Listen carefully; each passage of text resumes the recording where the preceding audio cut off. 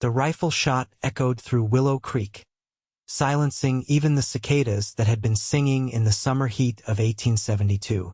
Lillian Taylor lowered her weapon, satisfaction warming her chest as she observed the tin can she'd knocked clean off the fence post from 50 yards away.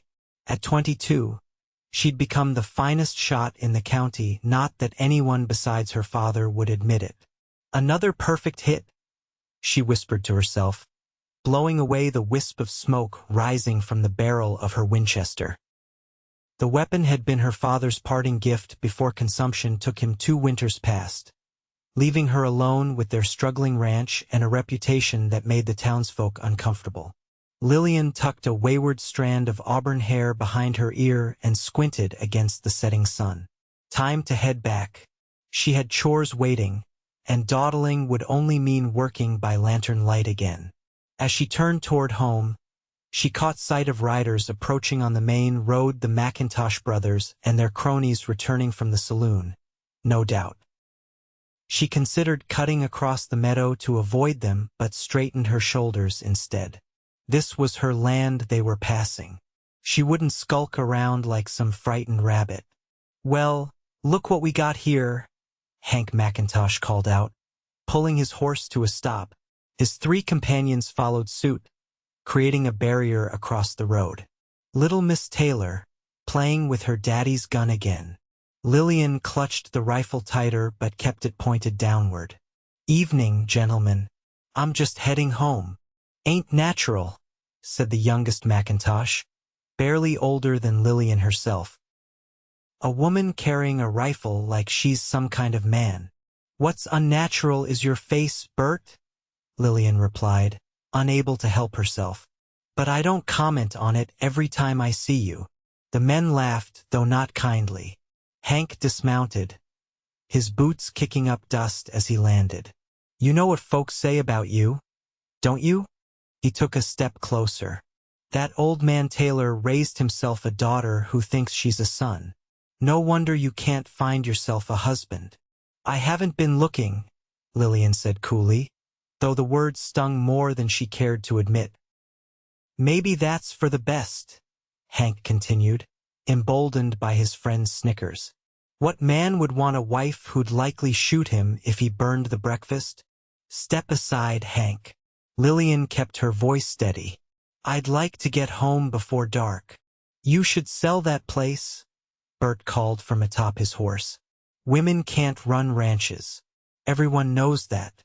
"Everyone seems to know an awful lot about my business," Lillian said. She took a step forward, but Hank didn't budge. "That rifle ain't gonna save your ranch," Hank said. "Winter's coming, and word is you're behind on your banknote. Might be time to consider Mr. Grantham's offer before the bank takes it anyway." Before Lillian could respond, the sound of approaching hoofbeats interrupted them.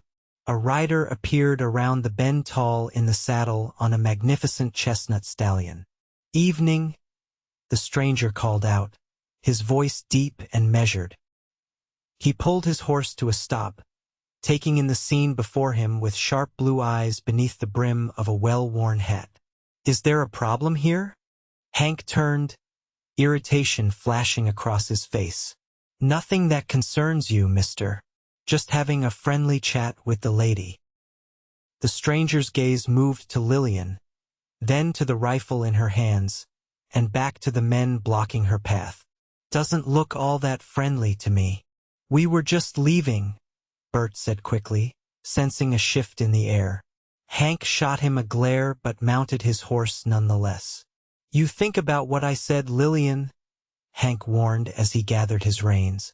"That rifle ain't fitting for a lady, and it sure won't save your ranch."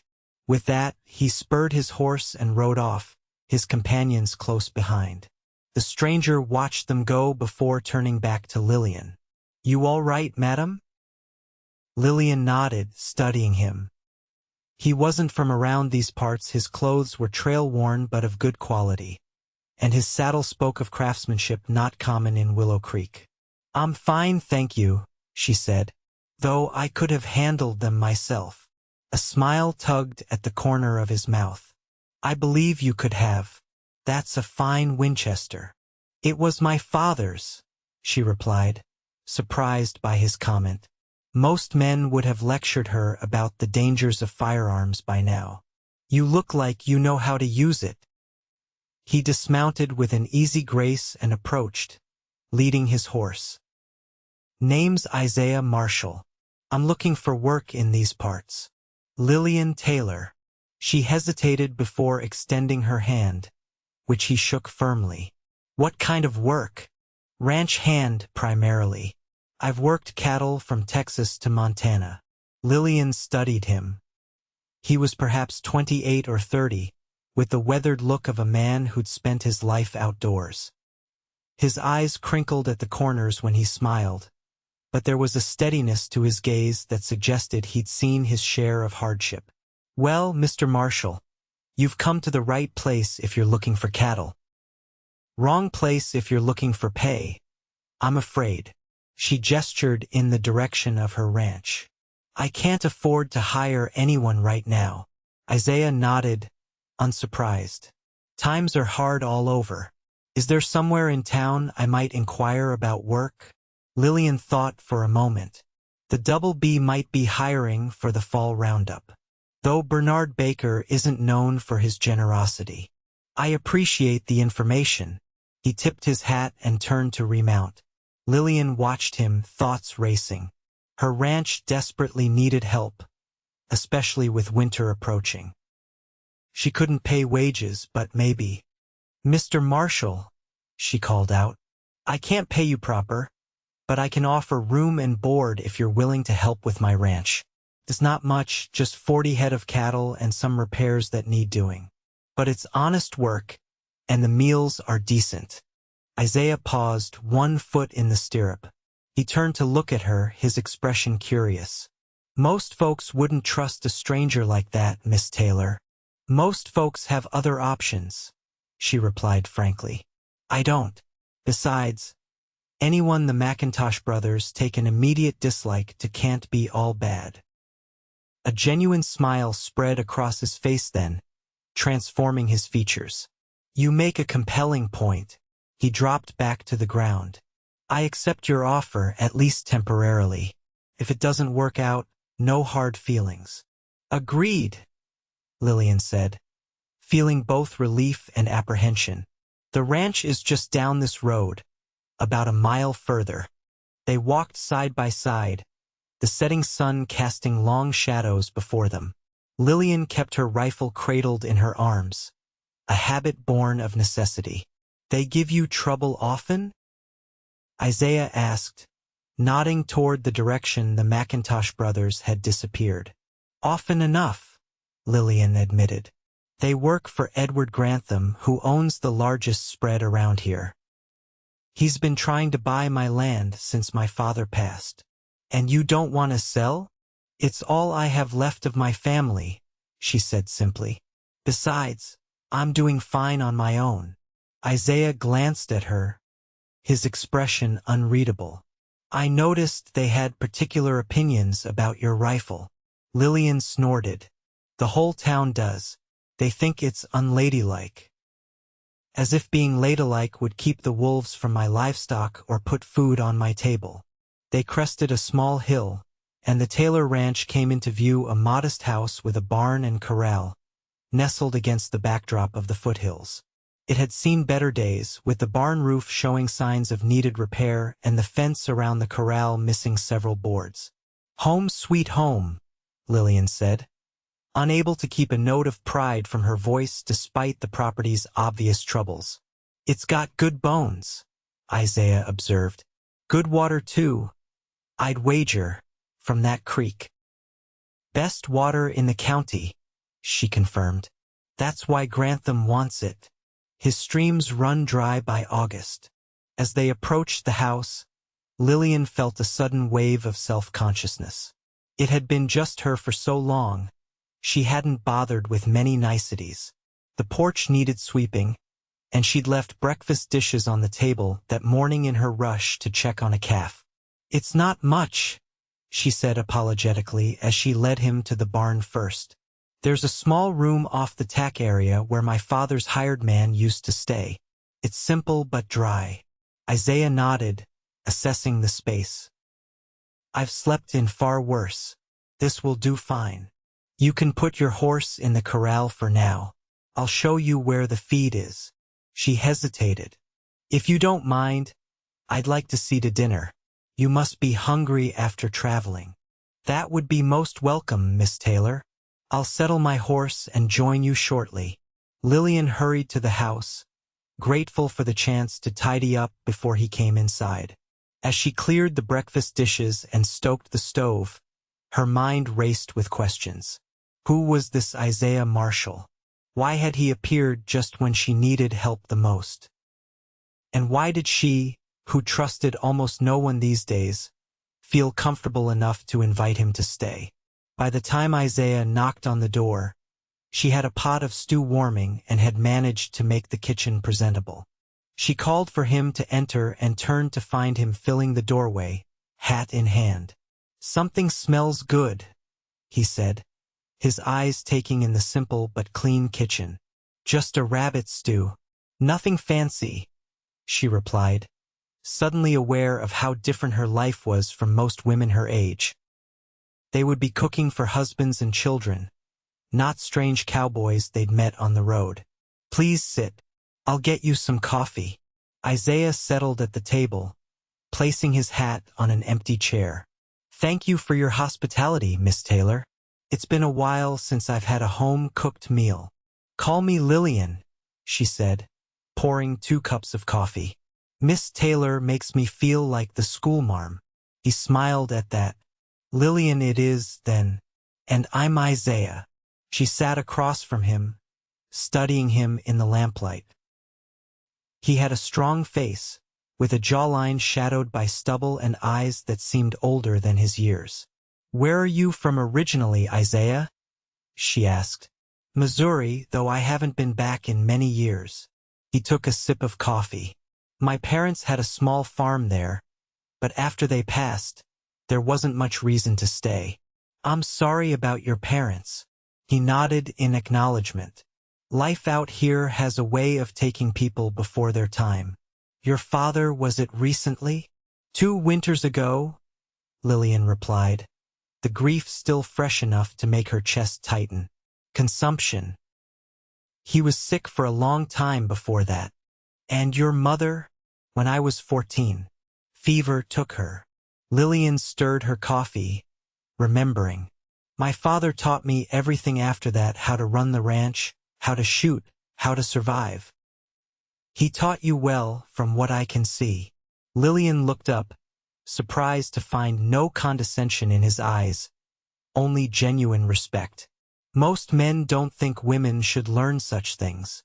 "Most men are fools," Isaiah said simply. "Out here, survival doesn't care if you're wearing trousers or skirts." A comfortable silence fell between them as Lillian served the stew. They ate without much conversation, but the quiet wasn't awkward. There was something reassuring about Isaiah's presence, steady, like the mountains on the horizon. When they finished, Isaiah insisted on helping with the dishes despite Lillian's protests. As they worked side by side, she outlined what needed doing around the ranch: the barn roof, the broken corral fence, preparing the herd for winter. "It's a lot for one person," Isaiah observed as he dried a bowl. "It is," Lillian admitted, "but I've managed." "At what cost?" he asked quietly. She paused, hands in the wash basin. "What do you mean?" "I mean you look tired, Lillian. Not just today tired, but bone-deep tired. The kind that comes from carrying too much for too long." Lillian stared at her reflection in the water, distorted and wavering. He was right, of course. She was exhausted, had been for months, years even. But admitting it felt dangerous, like once she acknowledged it, she might crumble completely. "I'm fine," she said, resuming her washing. "And I'm grateful for your help, however long you choose to stay." Isaiah didn't push, and for that she was thankful. They finished the dishes in silence, and soon after, He excused himself to the barn. Alone in the house, Lillian prepared for bed, her routine unchanged but her thoughts in turmoil. For the first time in 2 years, she wasn't truly alone on the ranch. The knowledge was both comforting and unsettling. As she drifted off to sleep, her father's rifle propped against the wall beside her bed as always, she wondered what tomorrow would bring with Isaiah Marshall's presence on the Taylor ranch. Dawn broke crisp and clear, with the promise of heat later in the day. Lillian rose with the sun, as was her custom, and was surprised to find smoke already rising from the kitchen stove.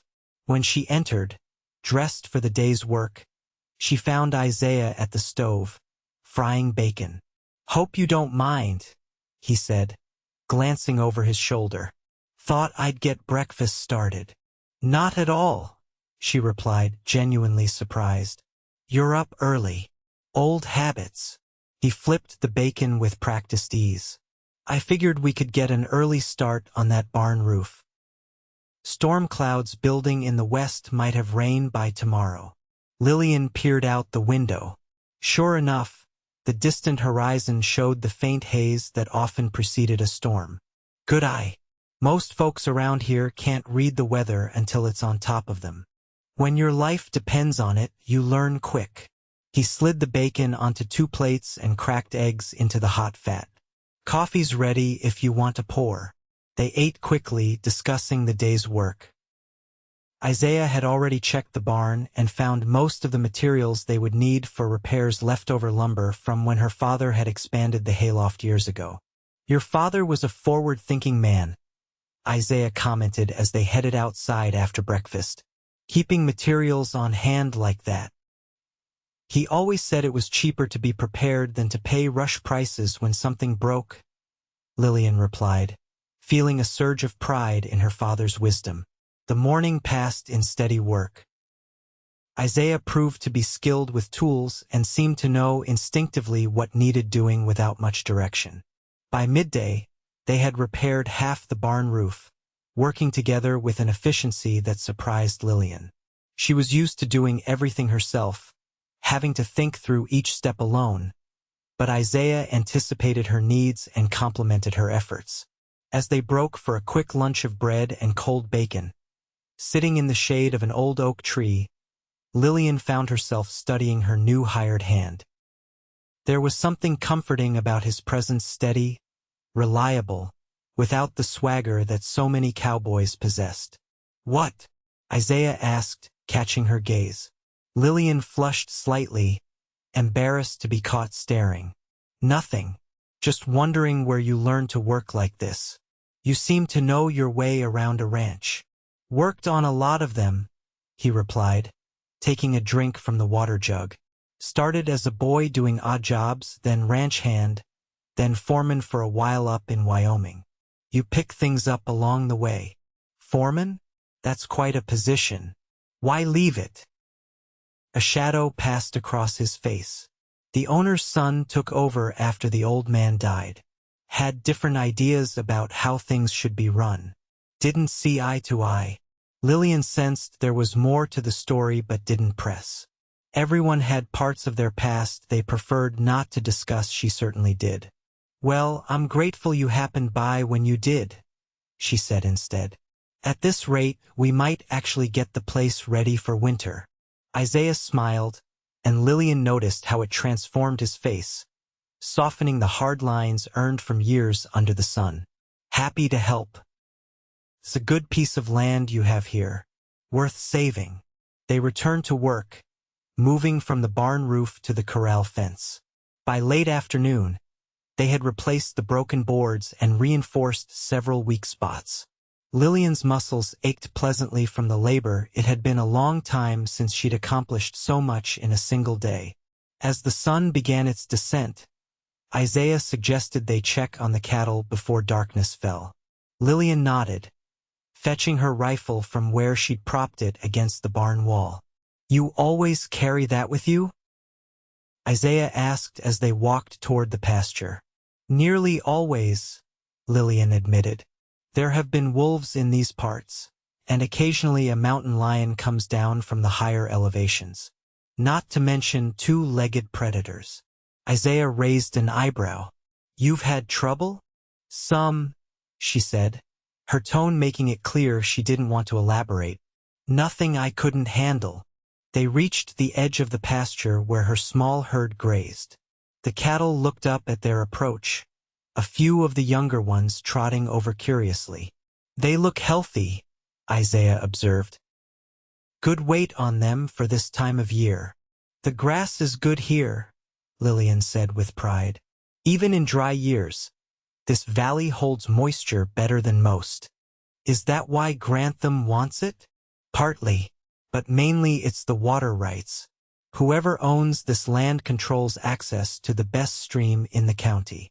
She pointed to where the creek cut through the property. In a drought year, that's the difference between success and failure. Isaiah nodded thoughtfully. And the McIntosh brothers, they work for him?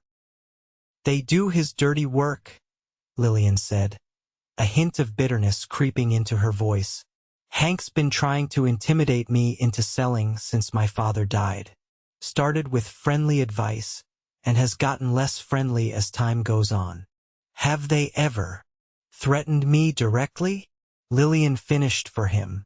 No, but cattle have gone missing. Fences have been cut. Nothing I could prove was them, of course. Isaiah's expression darkened. That's not right.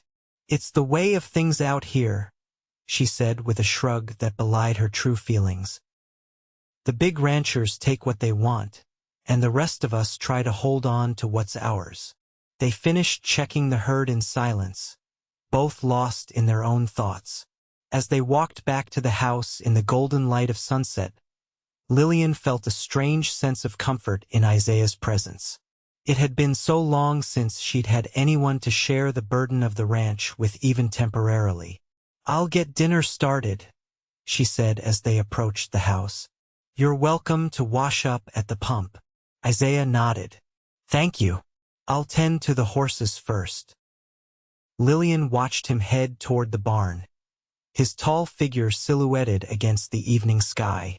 There was something about the set of his shoulders that spoke of reliability, of a man who carried his responsibilities without complaint.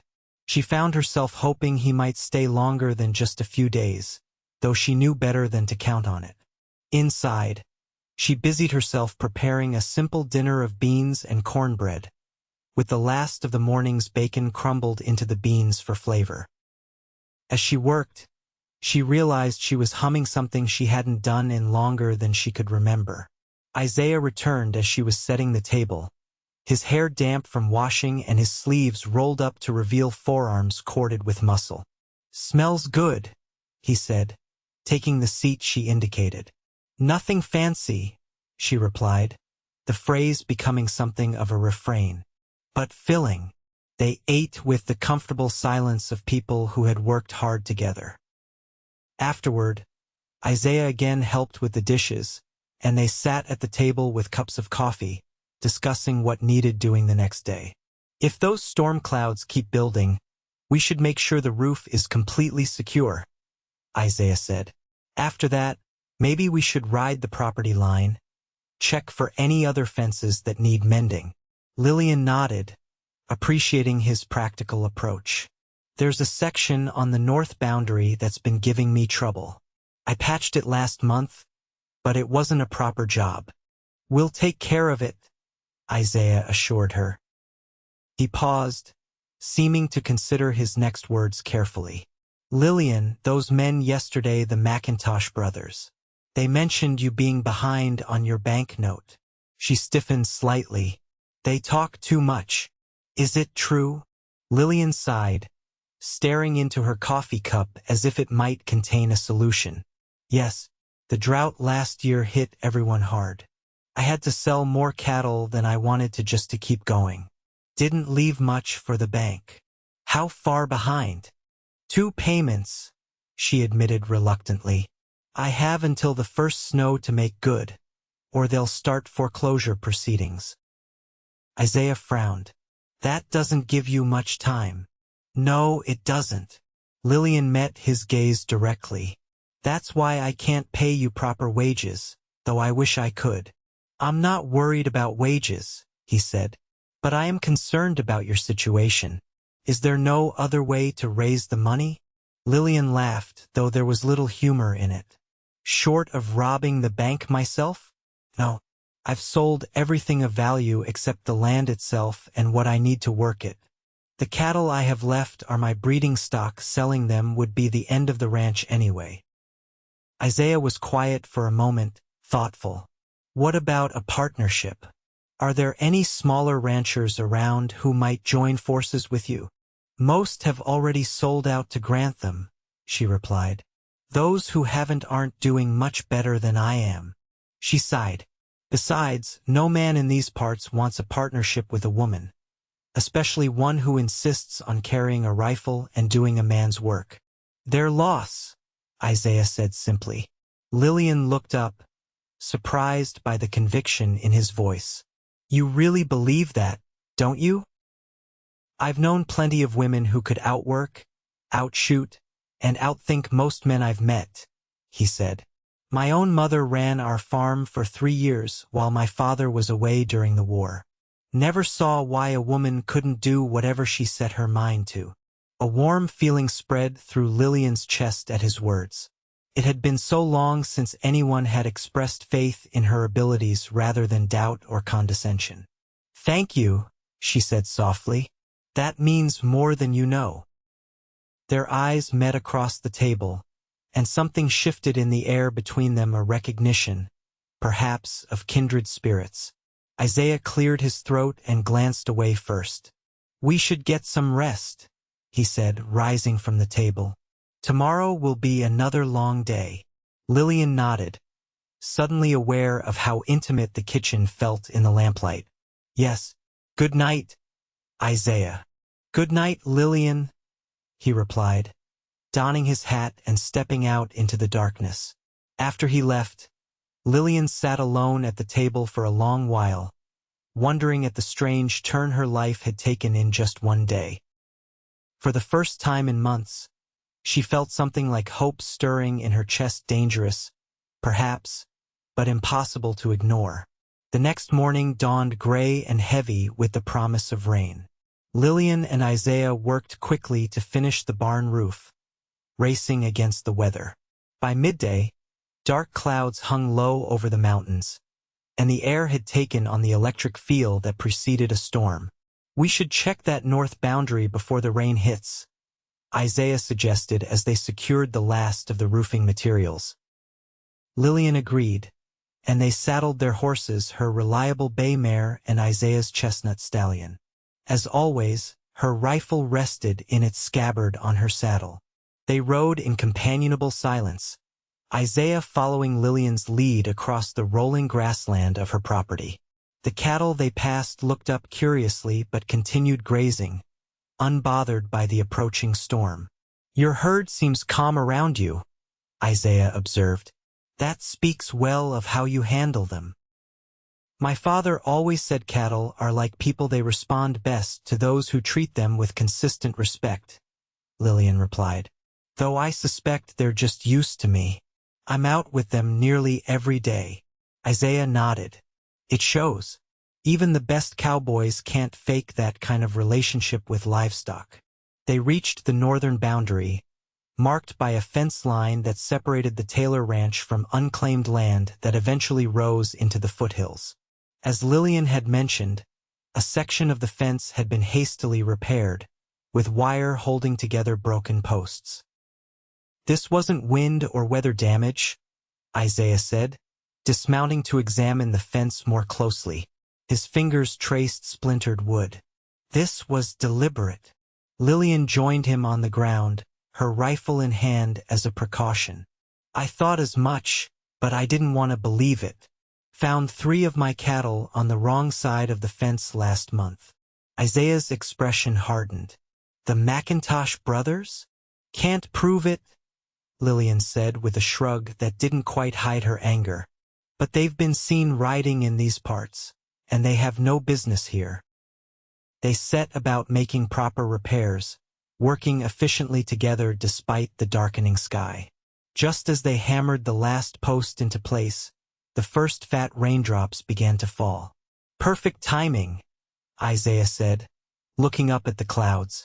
"Though we're still going to get wet on the ride back." Lillian laughed, the sound surprising even her.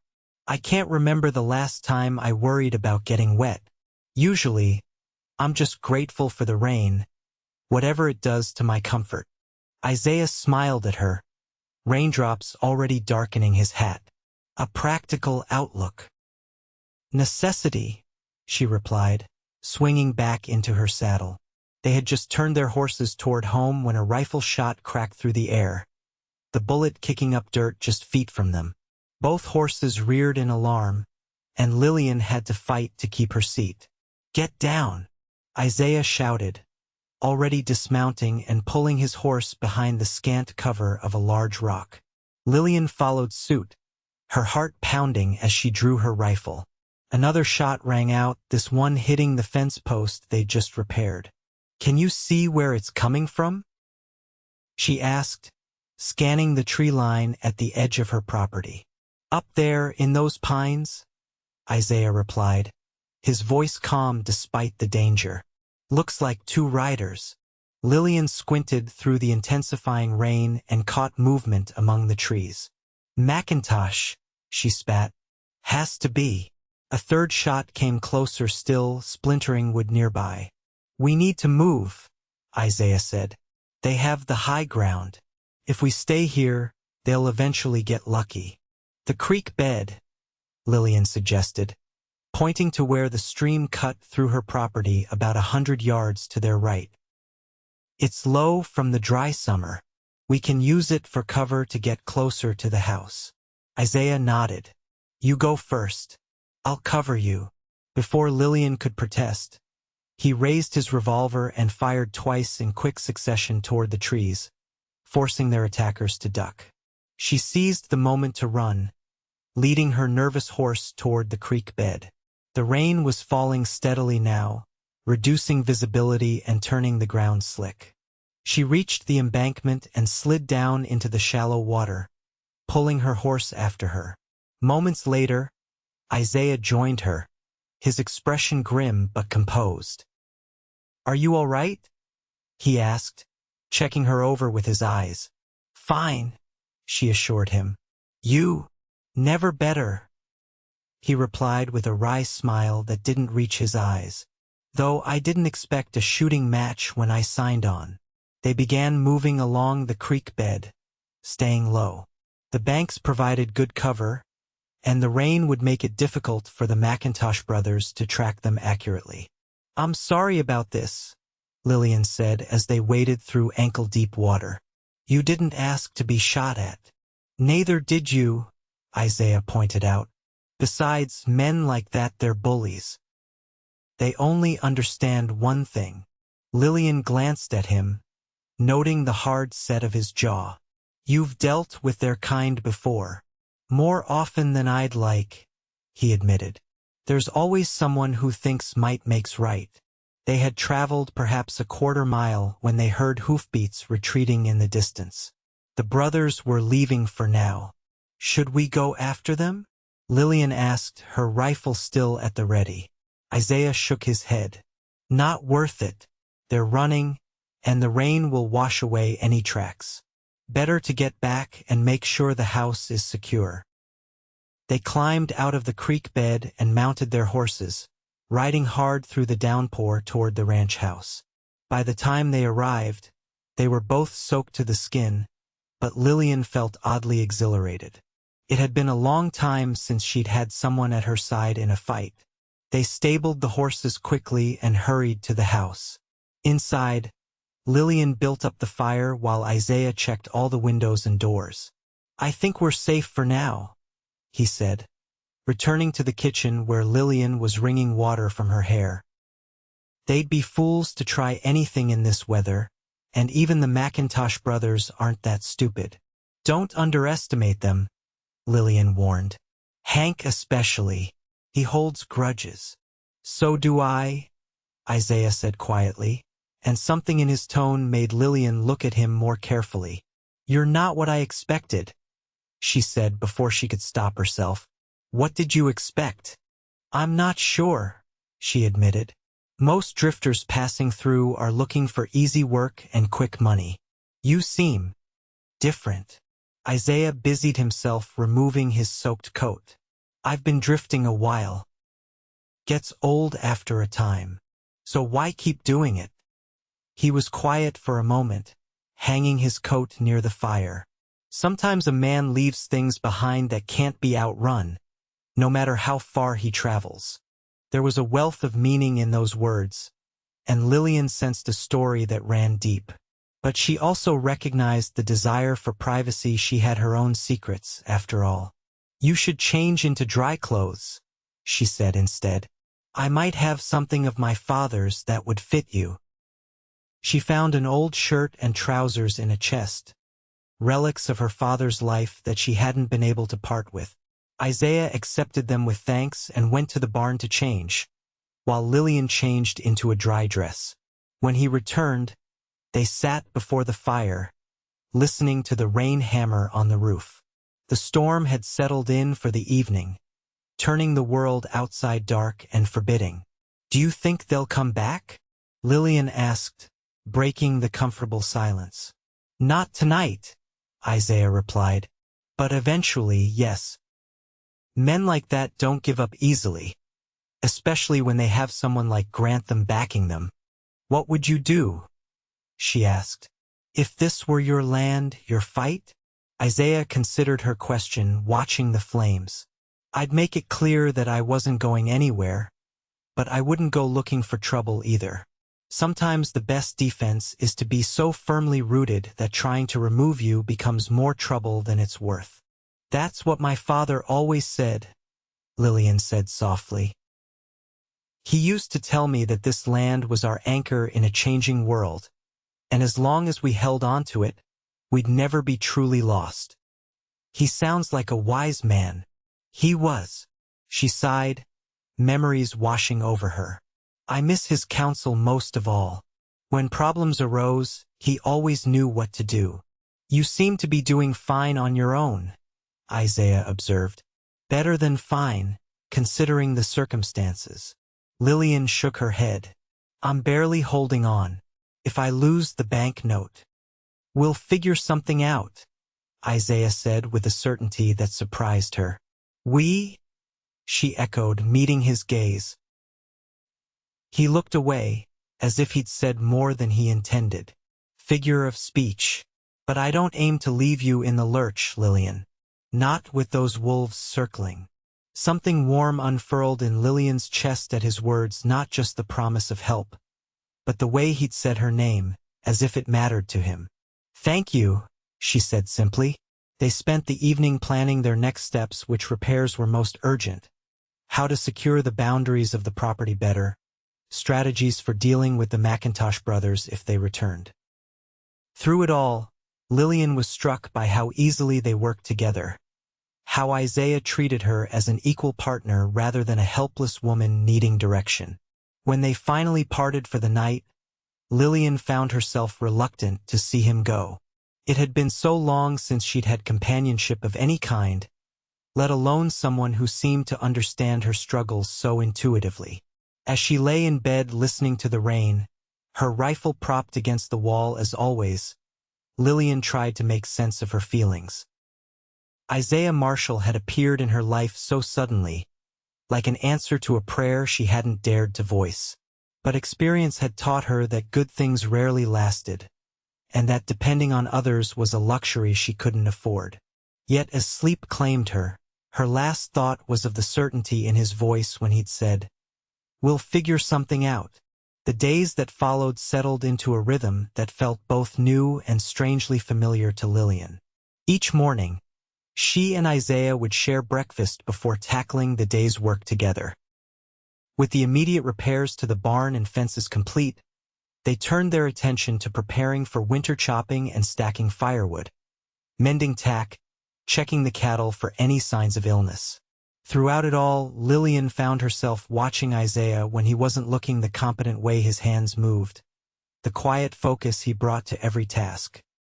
He worked without complaint from dawn to dusk, often taking on the heaviest labor without being asked. A week after his arrival, they rode into town together for supplies. Lillian had been avoiding the trip, knowing the reception she would likely receive, but they needed flour and coffee, and Isaiah had offered to accompany her. As they rode down the main street of Willow Creek, Lillian was acutely aware of the stares and whispers that followed them. Her rifle, as always, was secured in its scabbard on her saddle, a fact that never failed to draw disapproving looks from the townspeople. "Seems you're something of a local celebrity," Isaiah remarked quietly as they dismounted in front of the general store. "More like a local scandal," Lillian replied dryly. "The unmarried woman who refuses to sell her ranch or put away her gun." Isaiah's mouth quirked in a half-smile. "Their loss." Inside the store, Mrs. Peterson, the proprietor's wife, greeted them with barely concealed curiosity. "Miss Taylor, it's been a while since we've seen you in town." "Been busy at the ranch, Mrs. Peterson," Lillian replied politely, handing over her short list of supplies. The older woman's eyes darted to Isaiah, who was examining a display of tools. "I see you've found some help." "Mr. Marshall is working for me, yes?" Lillian said, her tone discouraging further questions. But Mrs. Peterson was not so easily deterred. "Such a blessing for you, dear. A woman alone on a ranch, it's not natural. My husband was saying just the other day that it's high time you considered Mr. Grantham's offer. With the bank note coming due and all." Lillian stiffened. "My financial arrangements are my own concern, Mrs. Peterson." "Of course, dear, but people talk. And with winter coming." The woman lowered her voice to a conspiratorial whisper. "Not to mention those Macintosh boys spreading word that you've taken up with a drifter of questionable character." Before Lillian could respond, Isaiah appeared at her side, his presence solid and reassuring. "Mrs. Peterson, I believe Miss Taylor asked for flour, coffee, and salt. We'd appreciate having those items wrapped up promptly. We have a long ride home." Something in his tone not threatening, but brooking no argument, had Mrs. Peterson scurrying to fill the order. Lillian shot him a grateful look. "Questionable character, she murmured. "I've been called worse," he replied with a wry smile. They paid for their supplies and were turning to leave when the door opened, admitting Hank McIntosh and his youngest brother, Bert. The atmosphere in the store instantly thickened with tension. "Well now, isn't this cozy?" Hank drawled, blocking their path to the door. The spinster and her hired gun, out for a day in town.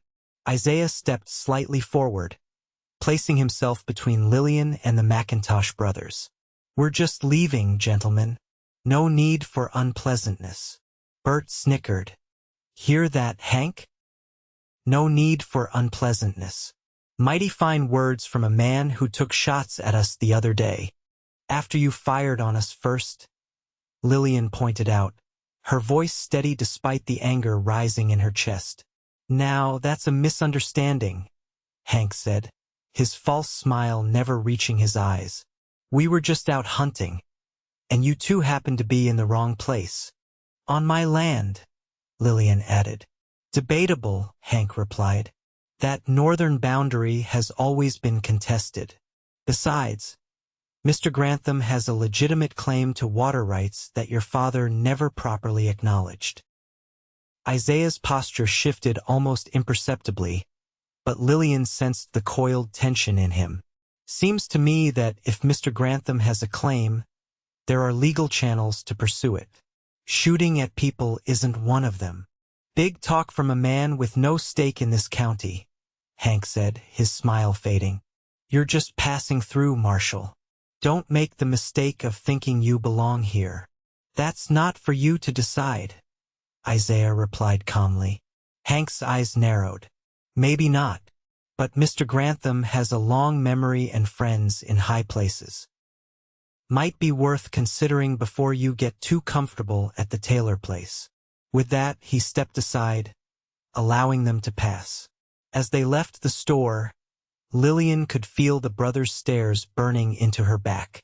Outside, as they secured their purchases to their saddles, Lillian finally released the breath she'd been holding. "I'm sorry about that. The McIntosh brothers have a talent for making even simple errands difficult." "Not your fault," Isaiah assured her. "Men like that exist everywhere. They only have power if people give it to them." They mounted up and began the ride home, both lost in thought. The encounter in the store had left Lillian feeling exposed and vulnerable, but also oddly strengthened by Isaiah's steady presence beside her. "They were shooting at us deliberately, weren't they?" she asked after they'd ridden in silence for a while. "Not hunting like they claimed." Isaiah nodded grimly. "Yes, it was a warning or an attempt to scare you off the property." "It would take more than a few potshots to do that," Lillian said with determination. Isaiah glanced at her, admiration clear in his eyes. "I believe it would. You're made of stronger stuff than they realize." The simple compliment warmed Lillian more than it should have. "Thank you for standing with me back there." Most men would have stepped aside when faced with the McIntosh brothers and their connections. "I'm not most men," Isaiah said quietly. "No, Lillian thought you certainly aren't." When they reached the ranch, the sun was beginning to set, painting the sky in vivid oranges and purples. As they stabled the horses and unpacked their supplies, Lillian found herself stealing glances at Isaiah, wondering at the mysteries that lay beneath his composed exterior. Over dinner that night, she finally worked up the courage to ask more about his past. "You mentioned you were a foreman in Wyoming. What happened there, really?" Isaiah paused, his fork halfway to his mouth. For a moment, she thought he might evade the question, but then he sighed and set his fork down. "The owner's son wasn't just changing how the ranch was run," he said, his voice measured. "He was cruel to the men, to the livestock. Thought fear was the best motivator." His jaw tightened at the memory. "When I spoke up, he didn't take it kindly. Things escalated." "Did you hurt him?" Lillian asked, sensing there was more to the story. "No," Isaiah replied, "but I wanted to. I've seen what becomes of men who solve problems with their fists when words would suffice. I didn't want to become that." He met her gaze. "So I left. Been drifting since, taking work where I can find it." "And before Wyoming?" A shadow crossed his face. "I rode with a cattle outfit in Texas for a while. Before that, I tried my hand at mining in Colorado. Never could settle in one place for long." "Why not?" Lillian pressed gently. Isaiah was quiet for a long moment, staring at his plate as if the answer might be written there. "After my parents died, home never felt like home again. Easier to keep moving than to put down roots that might get torn up." The simple honesty of his words struck a chord in Lillian. She understood that feeling all too well, the fear of losing what you loved, the temptation to protect yourself by never becoming too attached to people or places. "I understand," she said softly. "After my father died, I considered selling up and moving on. Starting fresh somewhere people didn't know me as poor Thomas Taylor's odd daughter with the rifle. Why didn't you? This land is all I have left of them, my parents. Their dreams, their hard work. It felt like betraying them to walk away." She sighed. "Maybe that's foolish." "It's not foolish to honor those you've lost," Isaiah said. "But I think your parents would want you to be happy, above all else." Lillian looked at him, struck by how easily he seemed to understand her deepest thoughts. "And what about you, Isaiah? What would make you happy?" The question seemed to catch him off guard. He was silent for so long that Lillian began to regret asking. But when he finally spoke, his voice was soft with an emotion she couldn't quite name. "Peace, maybe. A place where the past doesn't follow quite so closely. Work that means something." His eyes met hers across the table. Connection. The word hung between them, laden with possibility. Lillian felt her pulse quicken, aware of a shift in the air, a deepening of whatever had been growing between them these past days. Before she could respond, a noise outside broke the moment, the distinct sound of a horse approaching at speed. They both rose instantly, Isaiah reaching for the revolver he kept at his side, Lillian for her rifle. "Stay inside," Isaiah said, moving toward the door. "Not likely," Lillian replied, checking that her rifle was loaded. "This is my home."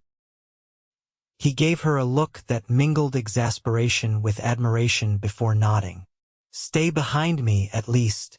They stepped onto the porch, weapons ready. In the fading light, they could make out a single rider approaching, not one of the McIntosh brothers, but a young boy of perhaps 15, riding a lathered horse that had clearly been pushed hard. "Miss Taylor," the boy called out as he drew closer. "Miss Taylor, come quick. It's Old Man Jenkins. There's been an accident at his place. He's asking for you."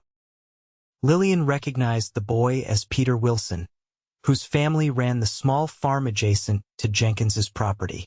"What happened, Peter?" "Barn collapsed on him," the boy panted, pulling his horse to a stop. "He's trapped bad.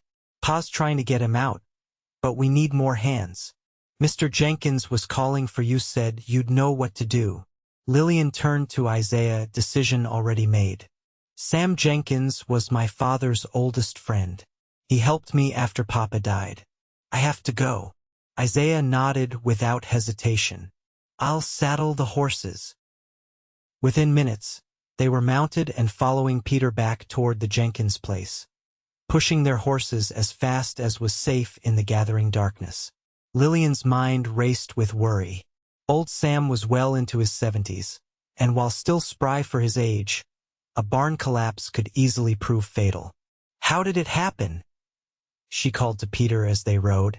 "Not sure," the boy shouted back. "Mr. Jenkins was alone when it happened. Pa and I were just passing by when we heard the crash. Found him pinned under a beam, conscious but unable to move." They reached the Jenkins farm 30 minutes later, guided by the lanterns that blazed in the yard. The scene was one of controlled chaos, several men working to shore up what remained of the collapsed barn, while others carefully removed debris. Lillian dismounted before her horse had fully stopped, handing the reins to Peter. She approached the barn, Isaiah close behind her. Inside the partially collapsed structure, she found Mr. Wilson directing the rescue efforts. "Lillian, thank God," Wilson said when he spotted her. "Sam's trapped under that beam. We've been afraid to move it. Without more support, the whole thing could come down on him."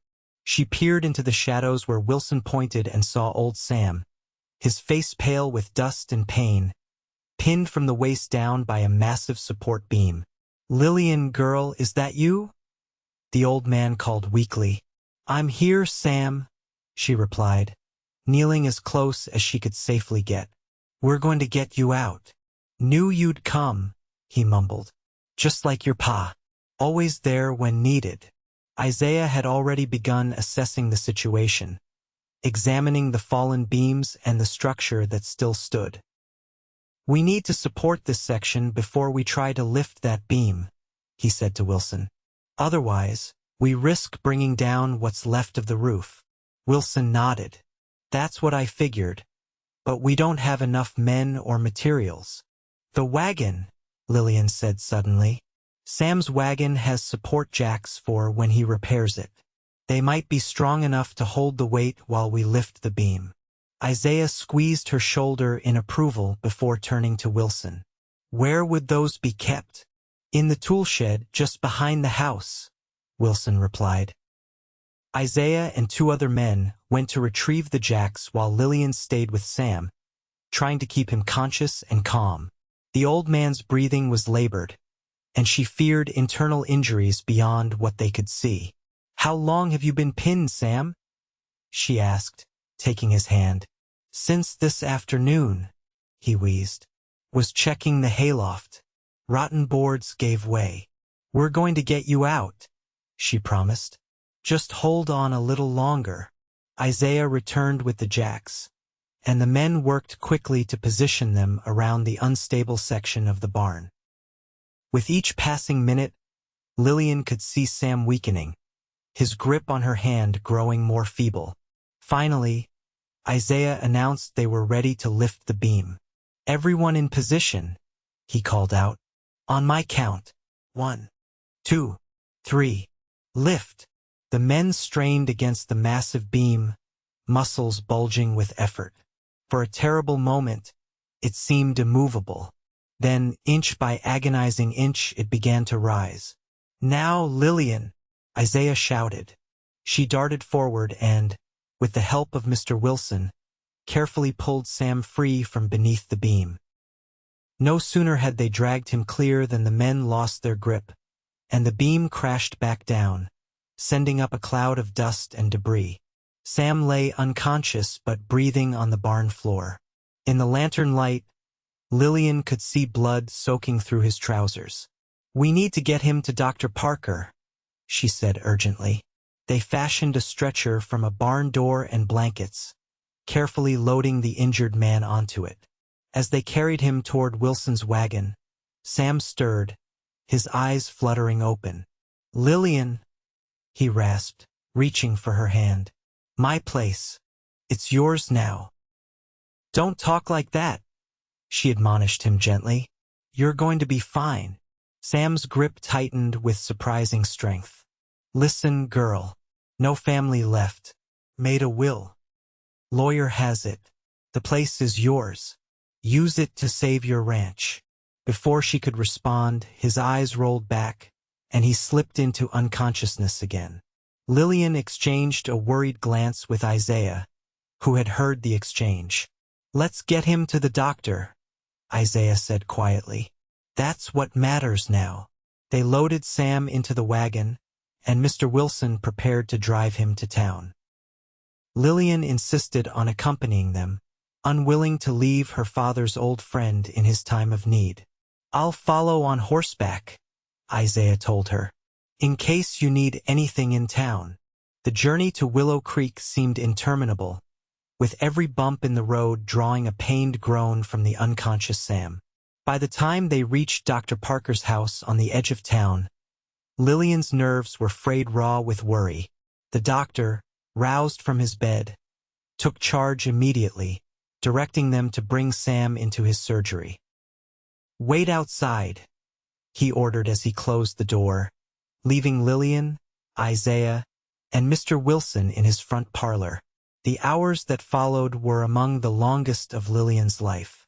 She paced the small room, alternately praying and cursing under her breath. Isaiah sat quietly in a corner chair, his steady presence a comfort even in silence. Dawn was breaking when Dr. Parker finally emerged, his face grave and exhausted. "I've done what I can," he said, wiping blood from his hands with a cloth. "His legs are badly crushed, and there's internal bleeding. I've managed to stop it for now, but—" He shook his head. "He's asking for you, Lillian." She followed the doctor into the small surgery, steeling herself for what she would find. Sam lay on the table, his lower body heavily bandaged, his face ashen against the white pillow. He looked smaller somehow, diminished by pain and blood loss. "Sam," she whispered, taking his cold hand in hers. His eyes fluttered open, focusing on her with effort. "Lillian, girl, did I dream it, or did I tell you about the will?" "You told me," she confirmed, tears pricking at her eyes. "But you should save your strength. We can talk about this when you're better." A faint smile touched his cracked lips. "Always were a terrible liar, just like your pa." He squeezed her hand weakly. "Listen now. The lawyer Jeffries has my will. Farm's all yours. Sell it, use the money to pay your bank note. Your pa would want you to keep the ranch." "Sam, please, no arguments," he interrupted, his voice surprisingly firm despite his condition. "Done my time on this earth. Made my peace. Just want to know my place will go to someone who'll respect it." Lillian couldn't hold back her tears any longer. They slid silently down her cheeks as she clutched the old man's hand. "I'll respect it, Sam. I promise. Good girl." His eyes drifted closed, then opened again with visible effort. "That fella of yours, the tall one. He's a good man. Saw it right away." "He's not my," Lillian began, but Sam was already continuing. "Reminds me of your pa, solid. Trustworthy." His breathing grew more labored. "Don't let him get away, you hear? Life's too short for pride." Before Lillian could respond, Dr. Parker stepped in. "That's enough for now. He needs rest." She nodded, gently placing Sam's hand back on the bed. "I'll be right outside," she promised him. In the parlor, she found Isaiah waiting alone, Mr. Wilson having gone home to his family. One look at her face, and he was on his feet, crossing to her in 2 long strides. "How is he?" he asked, his voice gentle. Lillian shook her head, unable to speak past the lump in her throat. Isaiah didn't hesitate, he simply opened his arms, and she stepped into them, allowing herself to be held as the tears came in earnest. His arms around her were strong and secure, his chest solid against her cheek.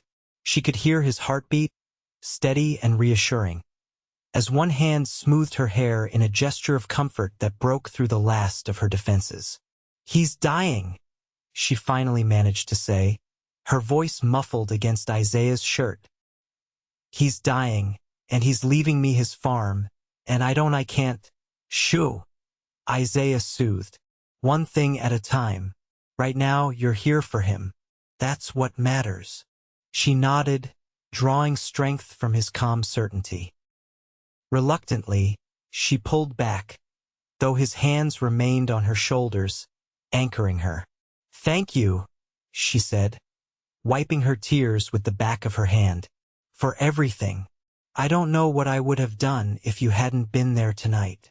"You'd have figured it out," Isaiah said with quiet confidence. "You're stronger than you know, Lillian." She met his gaze, struck by the warmth she found there. In that moment, she wanted nothing more than to lean back into his embrace, to let someone else be the strong one for a change.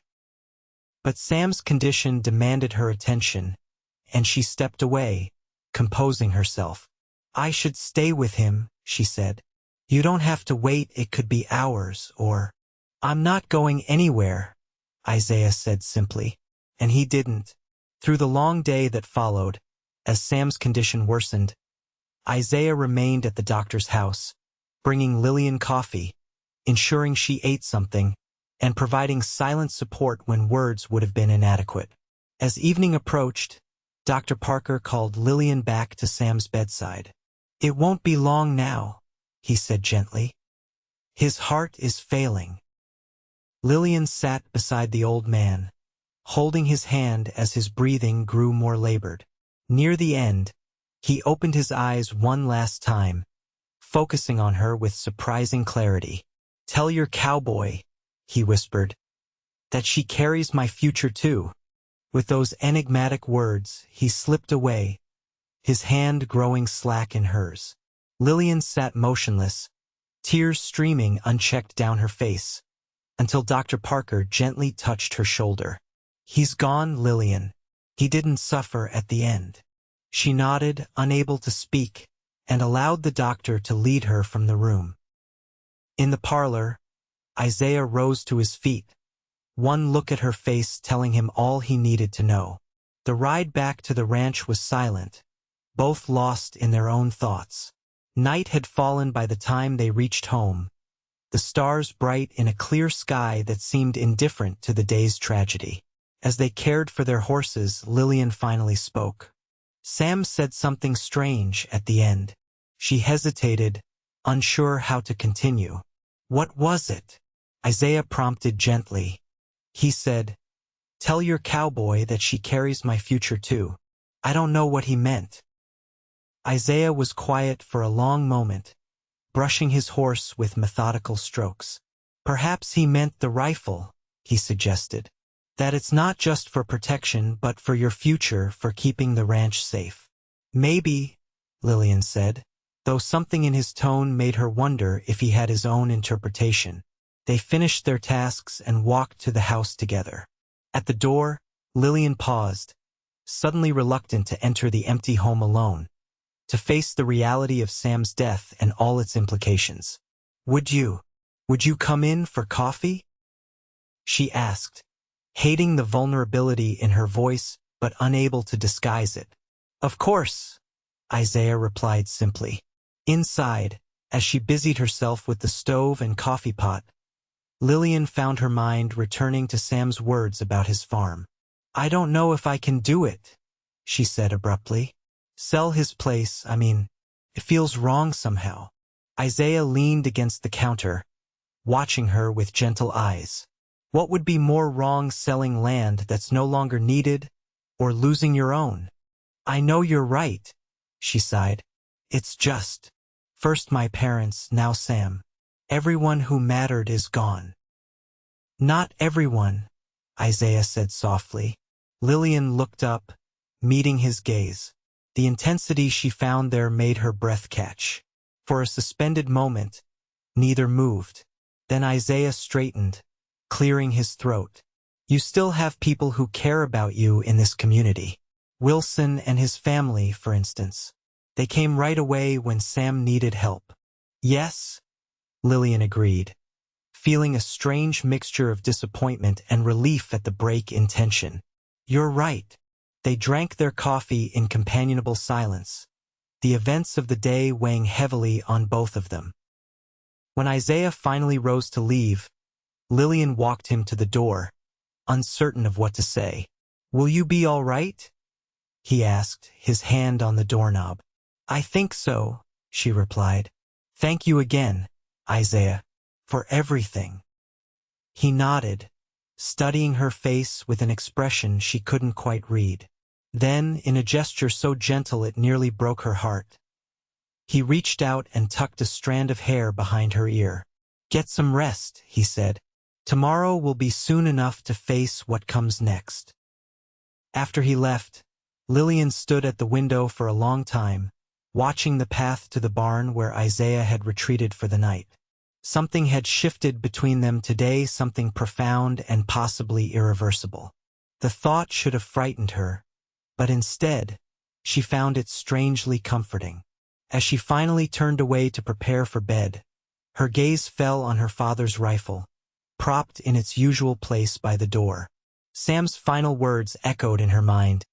"Tell your cowboy that she carries my future too."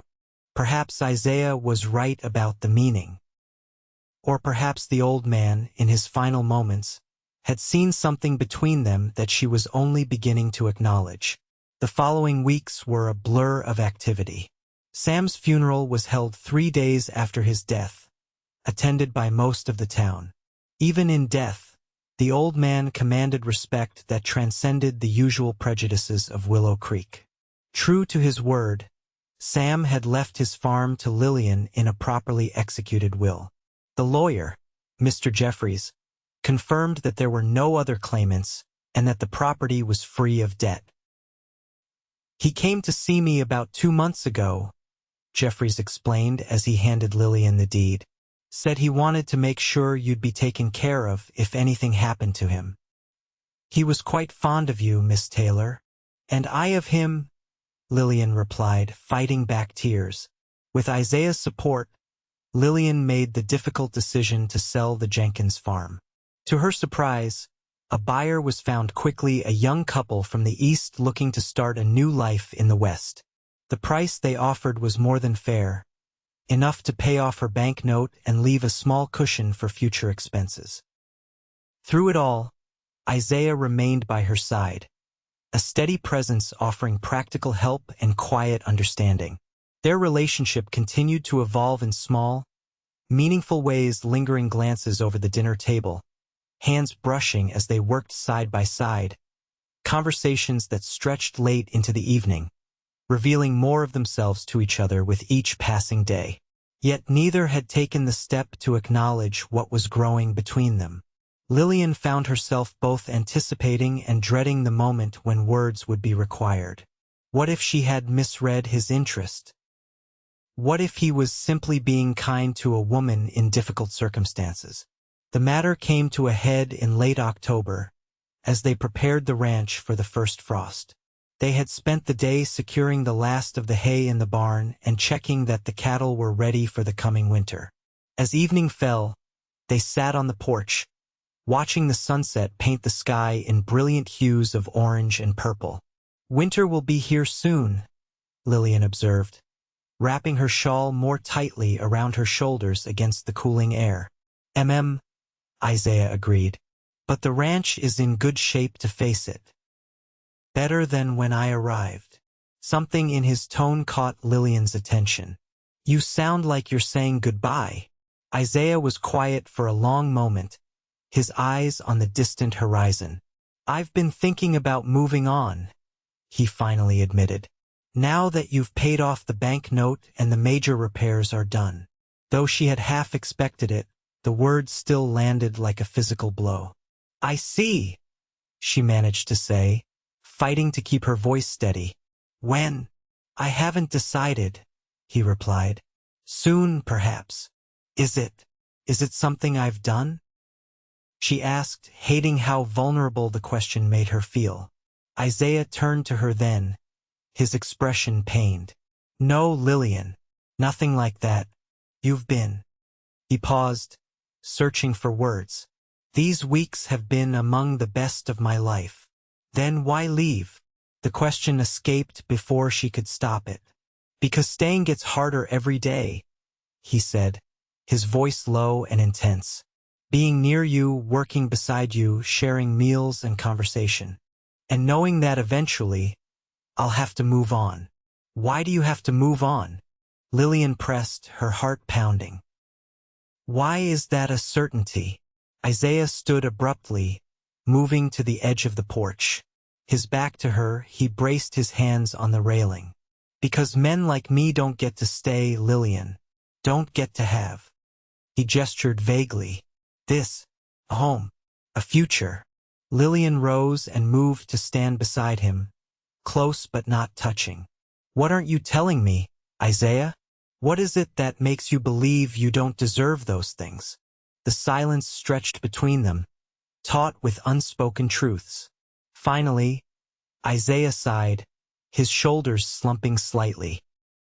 "I was married once," he said, so quietly she had to strain to hear. "In Missouri before I left. Her name was Grace." Lillian's stomach tightened, but she kept her voice even. "What happened?" "She died," Isaiah said simply, "along with our unborn child. Fever took them both while I was away working a cattle drive. I came home to find them buried." "Oh, Isaiah," Lillian breathed. "I'm so sorry." He nodded, accepting her sympathy with a tight jaw. "I couldn't stay after that. The house, the town, everything reminded me of her. So I left. Been moving ever since." "How long ago was this?" Lillian asked gently. 5 years, he replied. "Long enough that the sharpest pain has dulled. But the guilt remains." "Guilt?" she echoed. "Why would you feel guilty?" "I wasn't there when she needed me," Isaiah said, his voice raw with emotion long suppressed. "I was chasing better wages, a better future for us. If I'd been home." "You might have died too," Lillian pointed out. "Or maybe not. But you can't know that, Isaiah. You can't carry that burden." He turned to her then, his eyes reflecting pain but also something else, a hunger for absolution, for understanding. "I've never told anyone that before," he admitted. "Not the full story." "Thank you for trusting me with it," Lillian said softly. They stood side by side, watching as the last light faded from the sky and the first stars appeared. The silence between them now was different, charged with shared understanding and unspoken possibilities. "Lillian," Isaiah finally said, turning to face her fully, "I should leave. It would be the sensible thing to do. And if I asked you to stay? She whispered, scarcely able to believe her own boldness. His eyes searched hers, hope warring with caution. Why would you want that? Because in all my life, I've never met anyone who sees me as clearly as you do, Lillian said, the truth flowing from her heart to her lips without filter. Because when you're here, this place feels like a home again, not just land I'm duty-bound to protect. Because she faltered, then gathered her courage. Because I'm falling in love with you, Isaiah Marshall, and I think you might feel the same. The words hung between them, irretrievable and transformative. For a heartbeat, Isaiah remained perfectly still, his expression unreadable. Then, with gentle deliberation, he raised his hand to cup her cheek. I do feel the same, he said, his voice rough with emotion. God help me, I've tried not to. Tried to remember that I came here to work, to help you save your ranch, and then move on as I always have. But you, Lillian Taylor. He smiled softly. You make me want to stay, to build something lasting, to believe in a future again. Lillian leaned into his touch, her heart soaring. Then stay, she whispered. Stay and build that future with me. Isaiah's answer came not in words but in the tender press of his lips against hers. The kiss was gentle at first, almost reverent, before deepening into something that spoke of longing finally acknowledged, of two lonely souls finding harbor in each other. When they finally parted, both breathless, Isaiah rested his forehead against hers. I'm still afraid, he confessed. Afraid of losing again. Afraid of not being enough. I'm afraid too, Lillian admitted. Life has taken so much from both of us. But perhaps that's why we found each other to be brave together. Isaiah smiled, a genuine smile that reached his eyes and erased years of solitary wandering from his face. Brave together, he repeated, as if testing the words. I like the sound of that. They stood together on the porch, wrapped in each other's arms. As the night deepened around them, the future stretched before them uncertain, perhaps, but no longer to be faced alone. In the months that followed, the Taylor Ranch underwent a transformation that went beyond the physical repairs and improvements. With Isaiah now officially a partner rather than a hired hand, the place took on new life. They expanded the cattle herd, using some of the money from the sale of Sam's farm to purchase quality breeding stock. Isaiah's experience as a foreman proved invaluable as they planned for the ranch's long-term success. Word spread through Willow Creek that Miss Taylor was no longer alone in her endeavors. While some tongues wagged disapprovingly at the arrangement, an unmarried woman living on the same property as a man not her husband, others, particularly those who had known Thomas Taylor, expressed quiet satisfaction that his daughter had found someone worthy of sharing her father's legacy. The McIntosh brothers and Edward Grantham maintained their distance, though Lillian remained vigilant. The rifle was still her constant companion when she rode the boundaries of her property, a fact that continued to draw stares in town. But now, when whispers followed her about her unladylike habits, she found them easier to ignore.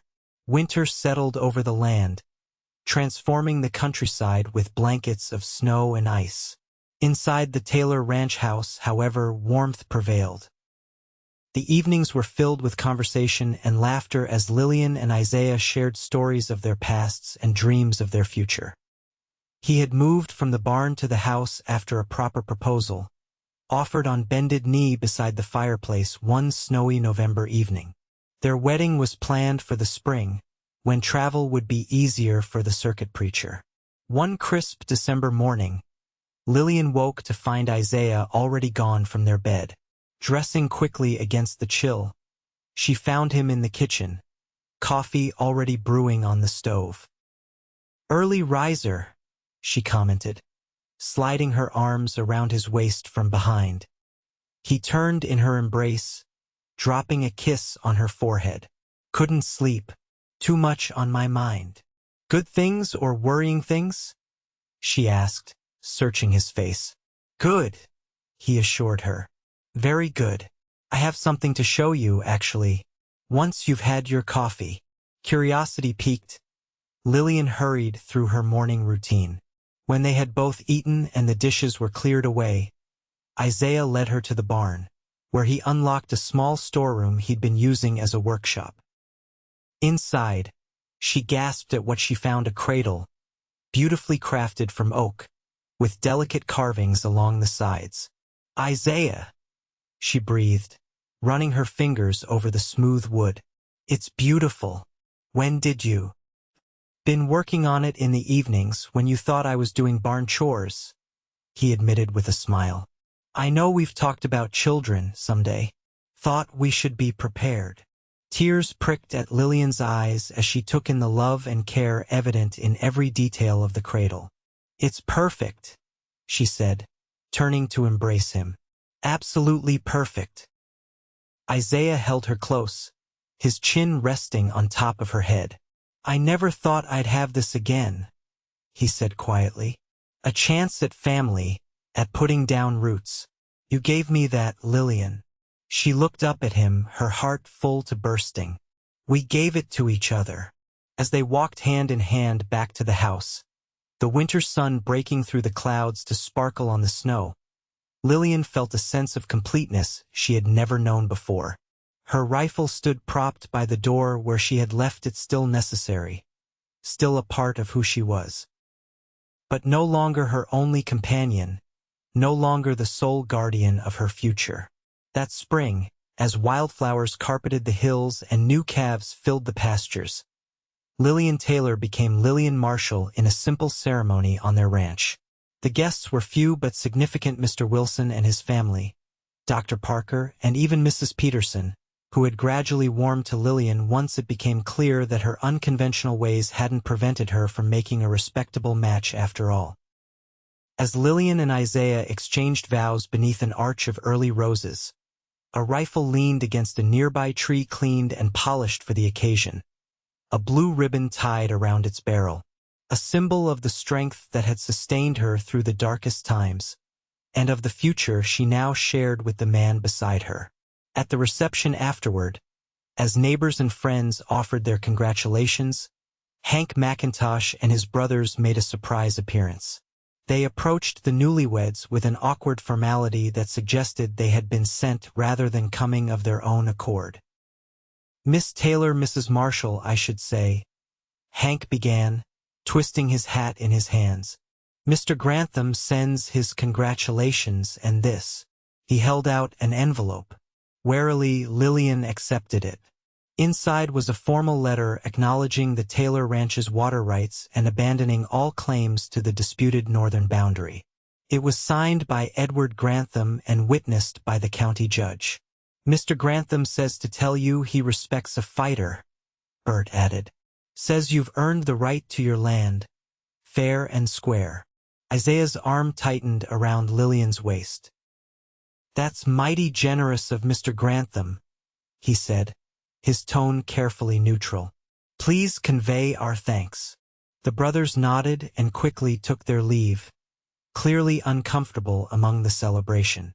"Well," Lillian said, staring after them in disbelief, "I never thought I'd see the day." Isaiah chuckled. "Perhaps even Edward Grantham knows when he's beaten.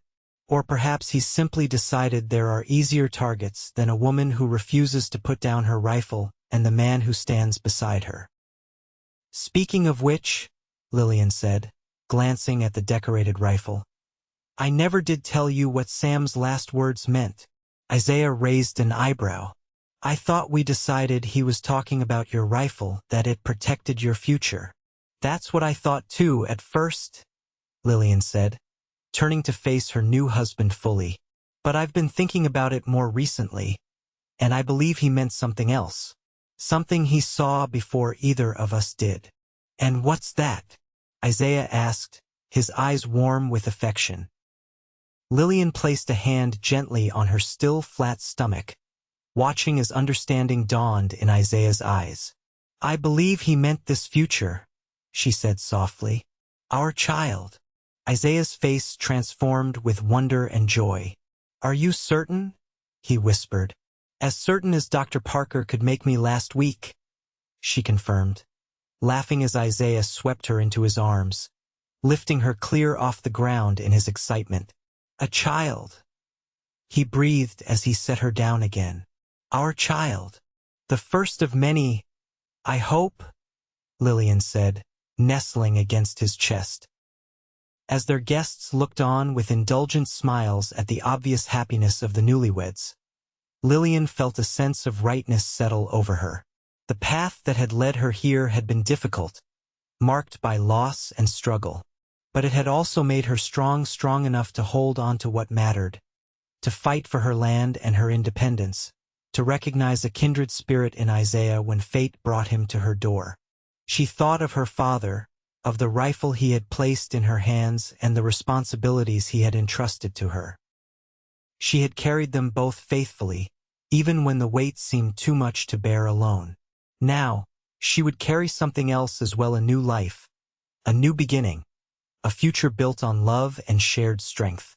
In the years that followed, the Marshall Ranch, as it came to be known, though Lillian insisted on keeping the Taylor name in the legal documents, prospered under their joint care.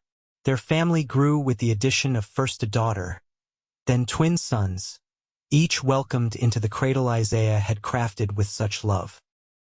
Lillian continued to carry her rifle when necessary, teaching each of her children in turn the responsibility and respect that came with it. The townsfolk gradually ceased their disapproving whispers, coming instead to admire the determination that had allowed her to hold onto her heritage against all odds. And Isaiah, who had once believed his chance at happiness was behind him, found a peace he had thought forever lost.